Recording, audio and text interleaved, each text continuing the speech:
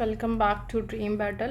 तो इस चैप्टर में चल रहा था सिंपल इंटरेस्ट, जिसका मैं बेसिक इसकी पहली वीडियो में आपको मिल जाएगा। और एक क्वेश्चन था जो हम लोग कर रहे थे, ये क्वेश्चन मैं सबको समझा चुकी हूँ। जैसे कि एक लास्ट क्वेश्चन था कि कोई राशि साधारण ब्याज के दर से 4 साल में 5 गुना हो जाती है तो ब्याज का दर कितना होगा। यानी कि इसका इंग्लिश वर्जन मैं बोल देती हूँ।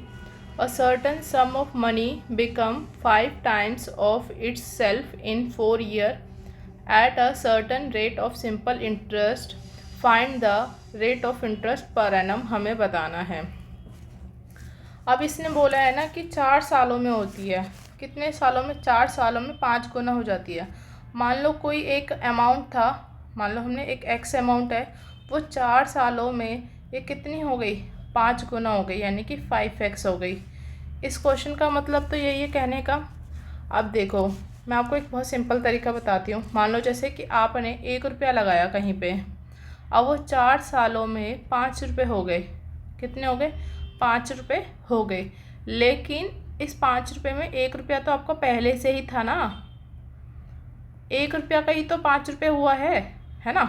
1 रुपये का 5 रुपये हुआ है, तो इसका मतलब क्या हुआ कि आपको मुनाफा ये कितना हुआ? 4 रुपये हुआ 4 सालों में। इतनी बात समझ आ गई? ठीक है।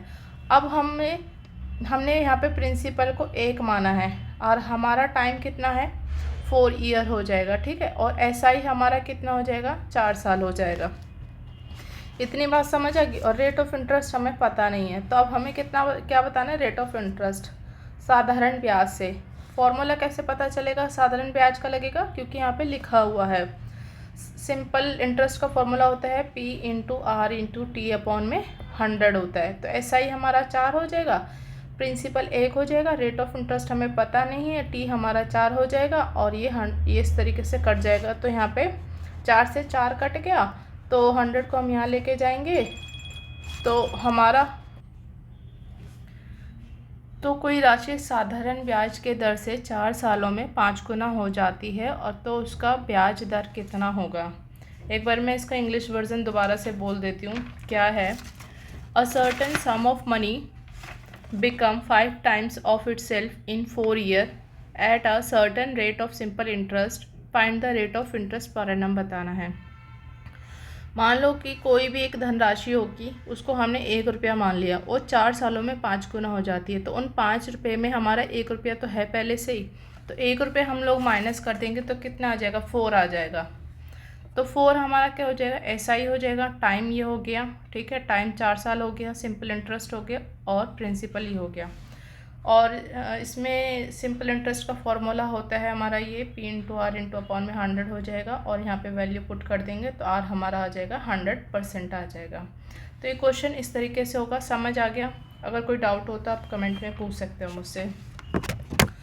इसी के जैसा एक और क्वेश्चन मैं आपको बता देती हूँ।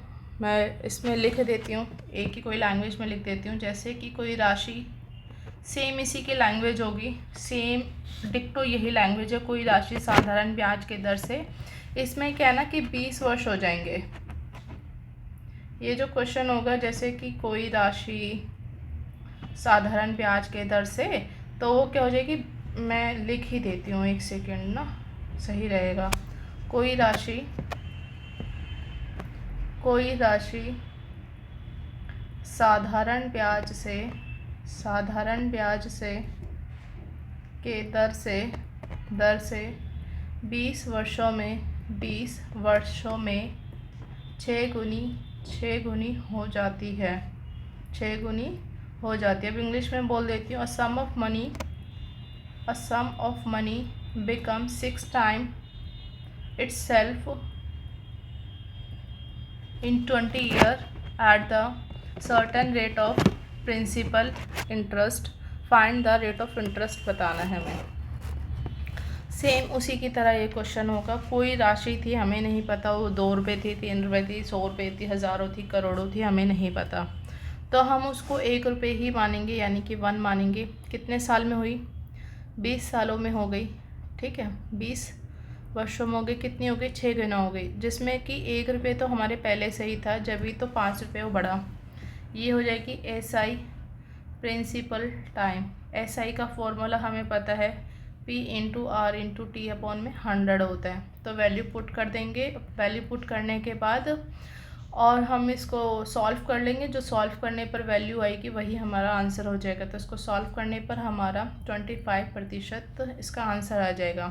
ठीक है, एक और क्वेश्चन दोबारा से बता देती हूँ कि कोई राशि लिख लो, कोई राशि 5% वार्षिक साधारण ब्याज की दर से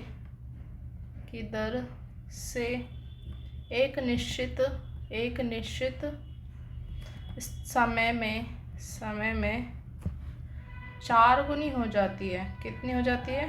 4 गुनी हो जाती है। तो यहाँ पे क्या बोला है? 4 गुनी बोल रहा है। ठीक है, तो इसमें भी सेम वही है। अब इसमें क्या है कि ना हमें इस बार रेट ऑफ इंटरेस्ट दे रखा है, जैसे कि आर दे रखा है 5%।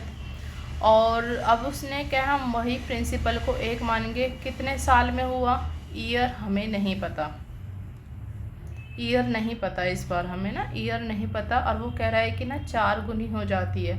मान लो कोई भी एक्स ईयर में हुई, तो जितने भी कोई भी एक्स ईयर है तो उसमें 1 रुपया तो फिर भी हमारा है, यानी कि 3 ही हो गया।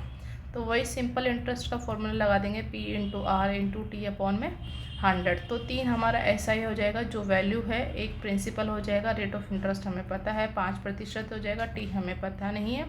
तो इसको सॉल्व करेंगे तो 60 साल आ जाएगा ये हमारा। ठीक है, अब इसी का ही एक और नेक्स्ट क्वेश्चन करते हैं। एक नेक्स्ट क्वेश्चन कुछ इस तरीके से है। मान लो कि कोई राशि है, वो वाली राशि नहीं कि राशि उसमें मतलब वो जो एक अभी मीम्स चला था वो वाली राशि नहीं है, ये मनी वाली राशि है कि कोई राशि 4 साल में 6 गुनी हो जाती है।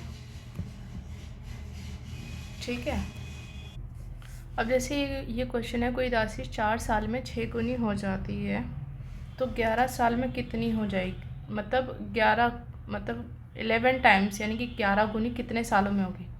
यानी कि 4 सालों में कितनी हो जाती है? 6 गुनी हो जाती है।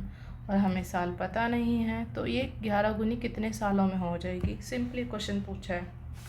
ठीक है, तो हम इसमें क्या करेंगे, वही 1 माइनस कर देंगे 5 हो जाएगा, 1 माइनस कर देंगे 10 आ जाएगा।